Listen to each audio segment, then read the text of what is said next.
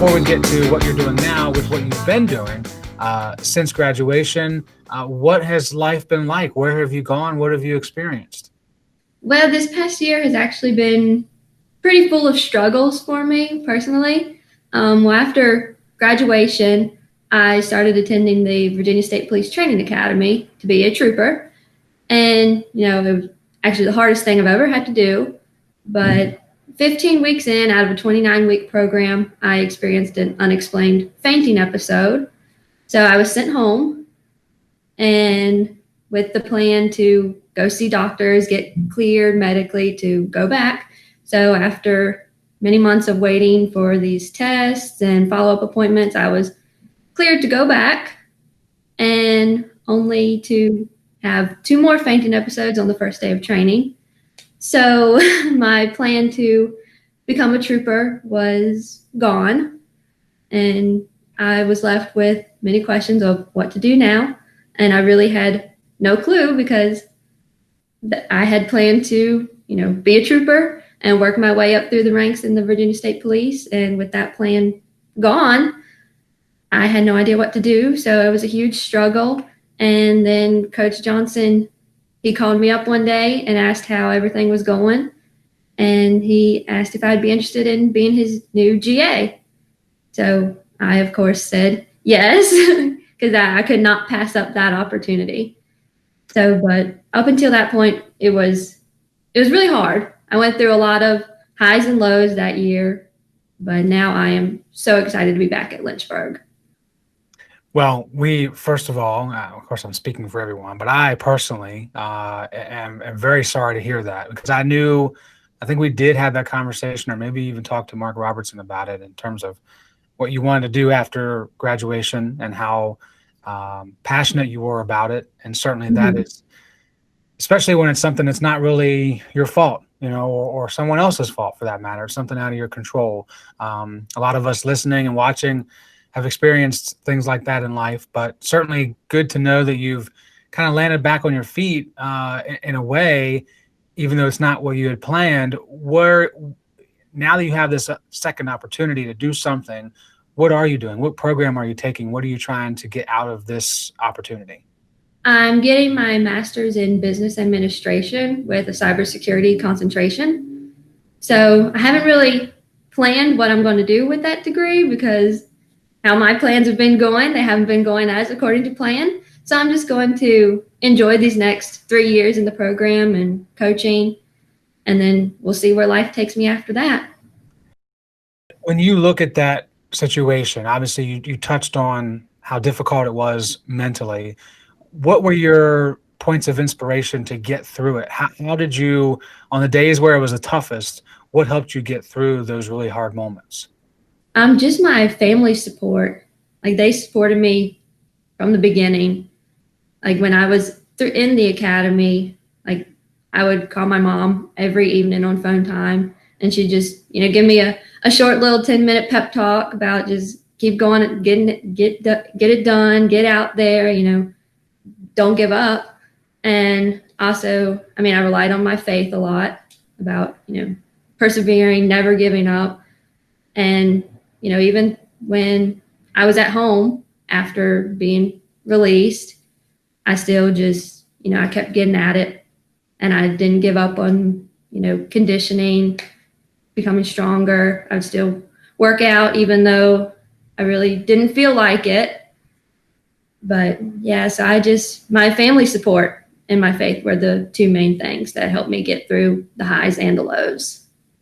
Well, we're certainly thankful that you had those areas of connection to be made so that you could get through those moments, and thankful to your family for being supportive no matter what. I think we all, when we're in our college years, we're family, just don't want to be away from people. But when you need them, they're there, whether you want them to be or not. So that's fantastic to hear.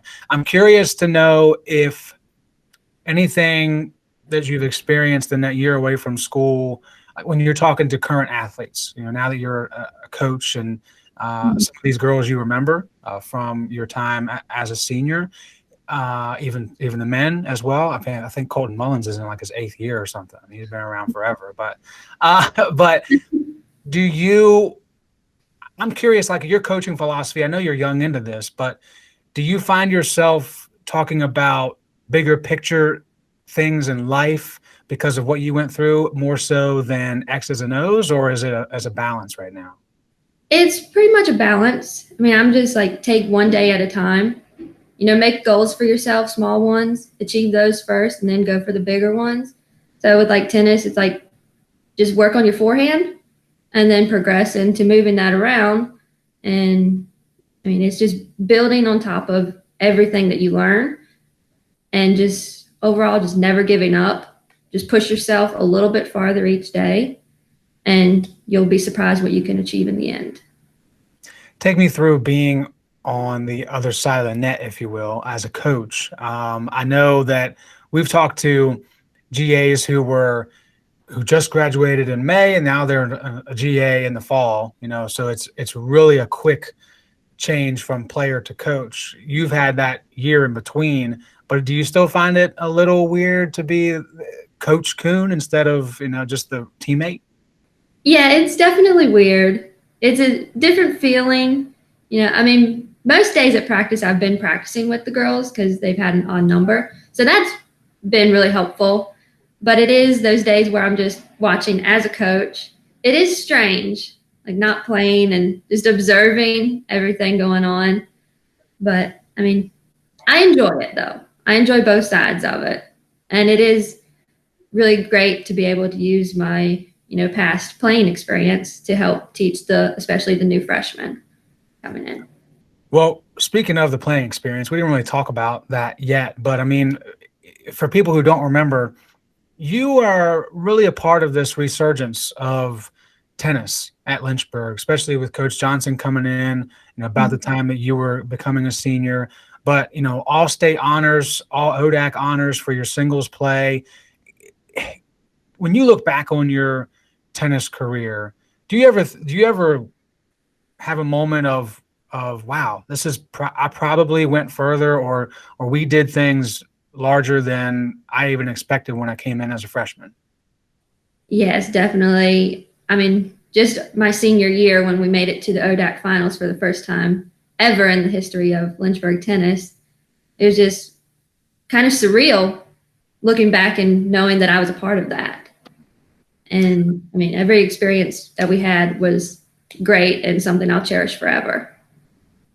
Can you kind of pinpoint, if it's possible at all, what about Coach Johnson helps players? How does he get the most out of athletes? Because it wasn't like you all didn't have that talent, but it seemed like Coach Johnson was able to get it all out and really have that team component that wasn't necessarily there before in a game that really is individual.